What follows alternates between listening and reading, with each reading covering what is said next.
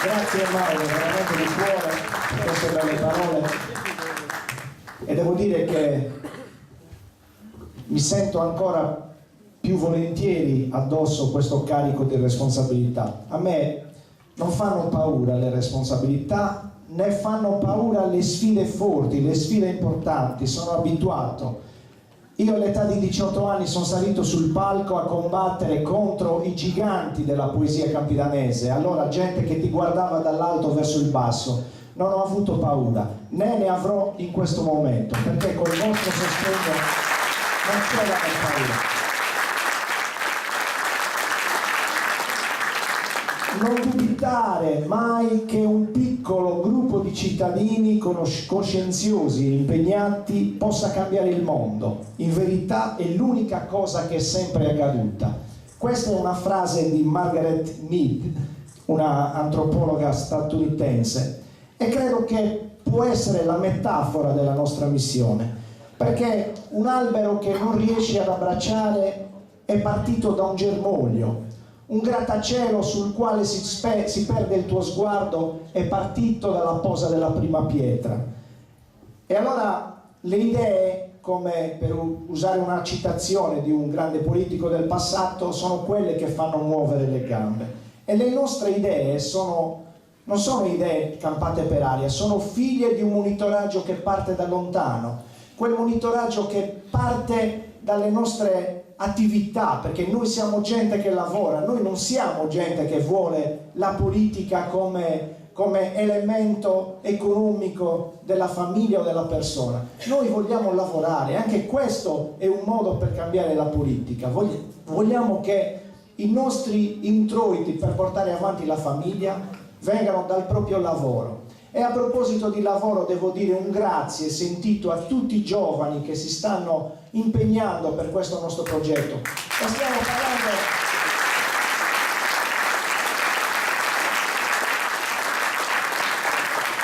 stiamo parlando di giovani disoccupati, giovani che non hanno, diciamo, quasi un futuro, e quindi depositano le loro speranze sul nostro progetto, in questo caso su Tonio Pani. Ma voi pensate una cosa, io che ho 3 figli, 2 già abbastanza grandi che hanno superato i 30 anni, ma voi pensate che io possa deludere le aspettative di questi giovani? Non me lo posso permettere, perché non potrei vivere.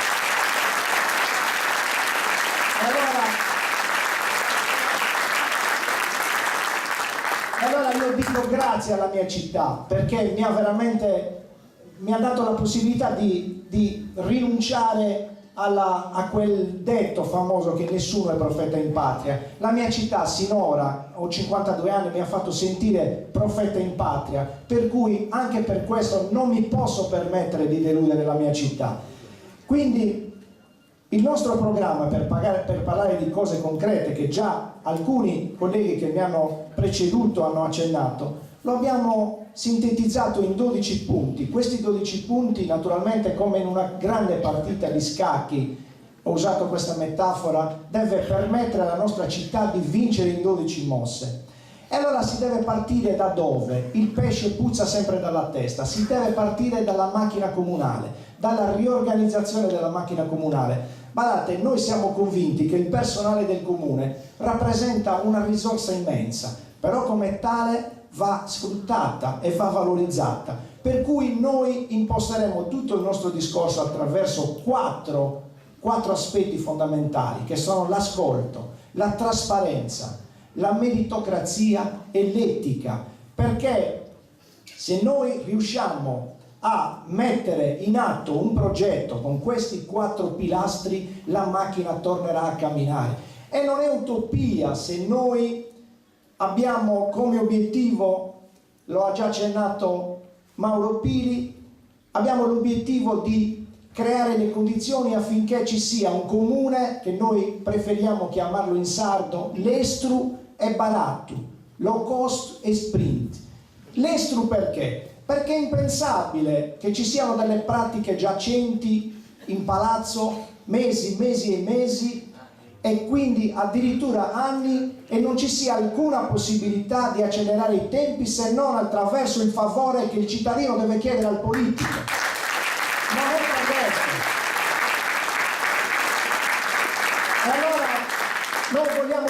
cambiare i tempi, anche regolamentari, i tempi che sono dettati dai regolamenti, e quindi attraverso degli atti consigliari noi dobbiamo fare in modo che i 60 giorni diventino 30 e che i 30 giorni diventino 15, affinché si possa arrivare a quell'obiettivo che accennava Mauro della comune H24. Noi dobbiamo azzerare il pregresso. Quanto serve? I funzionari, i dirigenti, che sono, grazie a Dio, pagati abbondantemente, mi devono dire, o meglio all'amministratore, speriamo che lo dicano a me, mi devono dire quanto tempo occorre per azzerare. E allora noi dovremo partire dal punto zero. Da quel momento lì le pratiche ordinarie devono essere sbolognate dal comune nel giro di 24 ore, perché non è possibile che passi dal protocollo che sta al piano terra e deve arrivare al 7° piano e deve percorrere tutti i piani. Quindi non è una cosa assolutamente accettabile. Questo è un aspetto per quanto riguarda il comune Lestro. Il comune Baratto, allora anche qui, ma è assolutamente inaccettabile il fatto che oggi i cittadini non abbiano più la possibilità di gestire il proprio stipendio, perché le tasse sono diventate talmente alte. Non vogliamo dire noi eliminiamo le tasse, no, ma su certi servizi si può intervenire. Ha citato Mauro il discorso della Tari, la tassa sui rifiuti, e ha citato anche la Tasi, la tassa sui servizi indivisibili. La Tasi, per quale motivo la devono pagare i cittadini o i residenti che non hanno i servizi? Per cui questi servizi, se non ci sono, non si deve pagare la Tasi. Allora, perché non diamo la possibilità agli anziani, ai cittadini quartesi che vogliono curare un pezzo di terreno comunale, quindi curare il verde, dare la possibilità di guadagnare qualcosa, o meglio di avere uno sgravio sulle tasse che comunque il comune, l'amministrazione comunale costringe i cittadini a pagare? Perché non dobbiamo cambiare il tipo di servizio che in questo momento la Devizia sta offrendo alla città? Ricordiamoci che la differenziata è nata per far risparmiare i cittadini. Ogni cittadino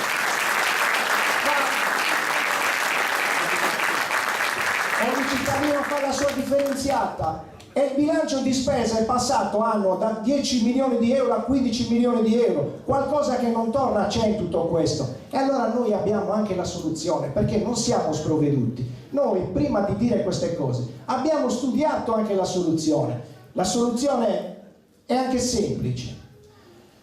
Noi non abbiamo vincoli neanche con l'azienda che gestisce oggi i tributi, i rifiuti. Non abbiamo alcun vincolo, per cui ci possiamo permettere di dire che tutto ciò che faremo lo faremo per il bene della comunità, non per favorire le aziende che continuano a portare via i soldi della nostra città e quindi i soldi dei cittadini per andare chissà dove. Allora, questi sono due aspetti importanti. Due, la riorganizzazione della macchina comunale, la rivisitazione dei tributi, un aspetto fondamentale, importantissimo, e noi lì interverremo subito. E vi dico anche una cosa, che noi ci possiamo permettere di dire anche un'altra cosa, che se noi non raggiungiamo gli obiettivi, come quando un cliente viene da me, si taglia i capelli e io glieli taglio male, ha il diritto di non pagarmi, noi possiamo dire anche non prenderemo emolumenti né come sindaco né come assessore, perché non abbiamo raggiunto gli obiettivi che abbiamo promesso alla città. Non abbiamo paura. Un altro aspetto importante è quello dell'occupazione, il problema più grave. Badate, noi siamo persone serie, persone corrette, noi non promettiamo posti di lavoro, però vogliamo che vengano create le condizioni e le opportunità di lavoro, perché è impensabile anche questo, che si vada avanti a 3 mesi con le povertà estreme. Ma vi rendete conto che futuro può avere un giovane andando avanti con le povertà estreme? Ma ci rendiamo conto che a cosa porta l'assistenzialismo? Noi, mentre tutti gli altri diranno dobbiamo aumentare il budget destinato alle povertà estreme, noi diremo e diciamo che siamo contrari. Vogliamo eliminare l'assistenzialismo totale, se non nei casi più disperati, perché vogliamo dare dignità alle persone, e la dignità la si dà solo ed esclusivamente attraverso il lavoro.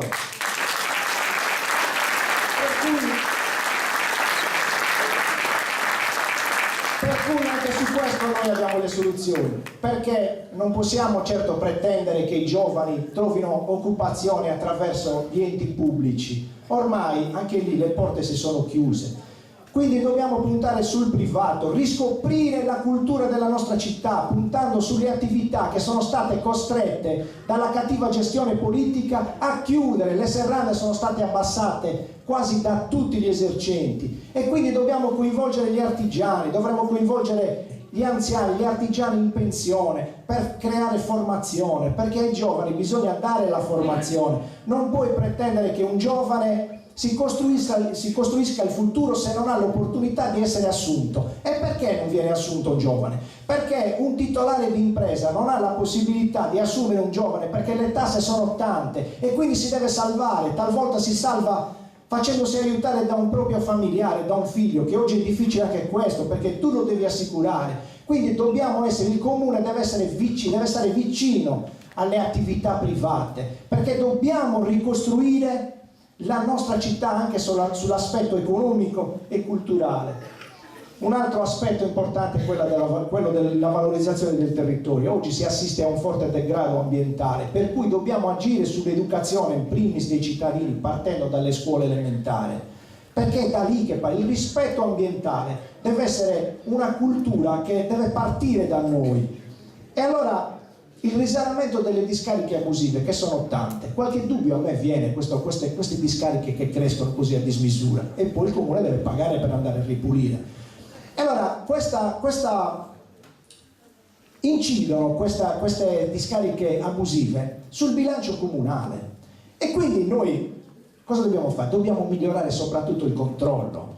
Questo è un aspetto da curare, perché se non c'è il controllo è chiaro che poi alla fine vediamo questo scempio. Ma noi anche lì vogliamo intervenire, perché per quanto riguarda i rifiuti noi vogliamo arrivare al punto che il cittadino, cioè avremo la città più pulita, avremo sicuramente la possibilità di far guadagnare. Guardate, abbiamo fatto una stima: col nostro sistema della rivoluzione dei rifiuti noi faremo guadagnare 250 euro a famiglia, ma sto parlando di guadagno, perché noi non avremo più lattine di alluminio per strada, noi non avremo più bottiglie di plastica. Oggi la differenziata, il guadagno della differenziata dove va a finire? Non lo sappiamo. Quindi a questo punto, se noi avremo la città più pulita, la signora De Vizia deve avere pazienza, ci deve ridurre il servizio, perché oggi ci fa pagare tot per questo tipo di servizio. Se questo tipo di servizio non è come quello di oggi, e quindi una parte la gestiamo noi attraverso l'impegno dei cittadini, tu mi devi ridurre il costo del servizio.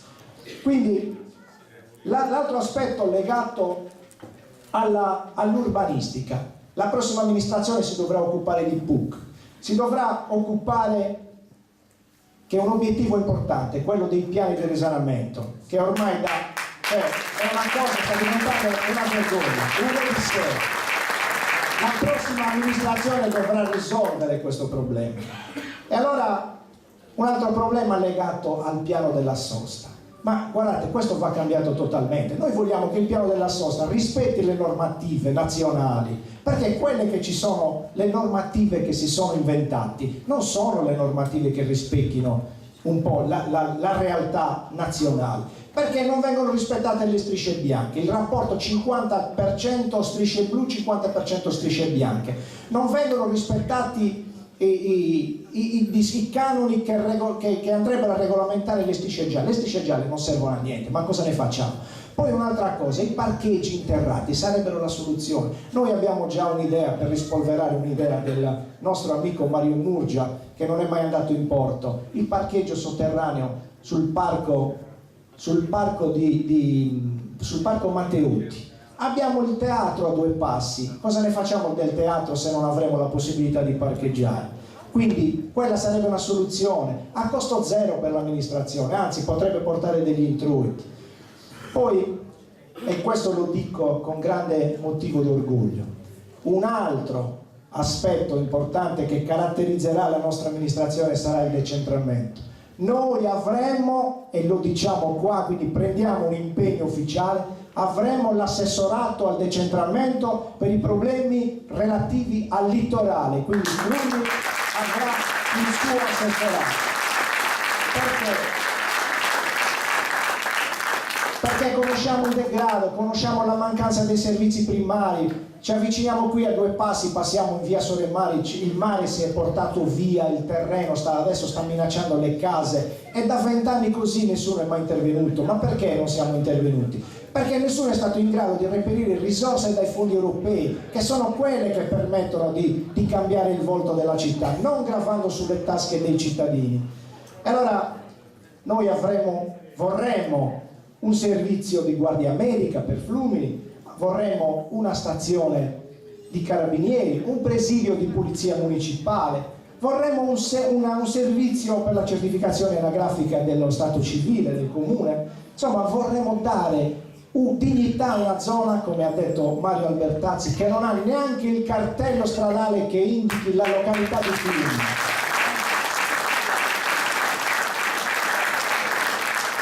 Dico questo sul turismo e concludo.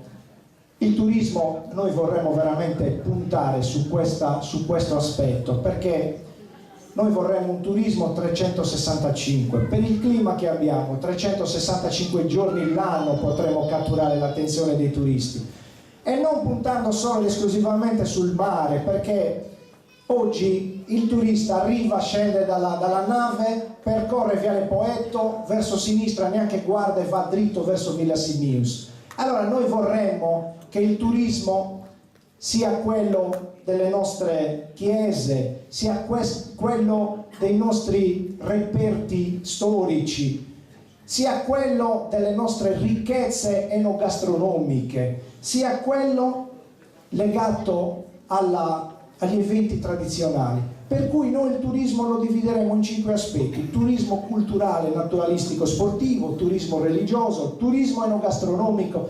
Noi vorremmo avere l'Accademia del Dolce Sardo, del Dolce Quartese, abbiamo la scuola civica di musica, possiamo avere la scuola del Dolce Quartese, che c'è già però in una forma decisamente ridotta. Quindi le idee ce le abbiamo chiare, abbiamo un programma. A dispetto di chi dice non abbiamo ancora visto il programma andrà depositato entro il 2 di maggio. Sinora gli accenni che sono stati fatti da alcuni esponenti del nostro polo sono stati anche scimmiottati, rubacchiati, possono anche farlo. Noi le idee ce le abbiamo chiare, e vedere questo movimento, vedere questa platea così numerosa all'ora di pranzo, mentre qualcuno dovrebbe cuocere il maialetto, mi lascia ben sperare. Viva il polo civico per Quarti Libera, ci vedremo per queste gare.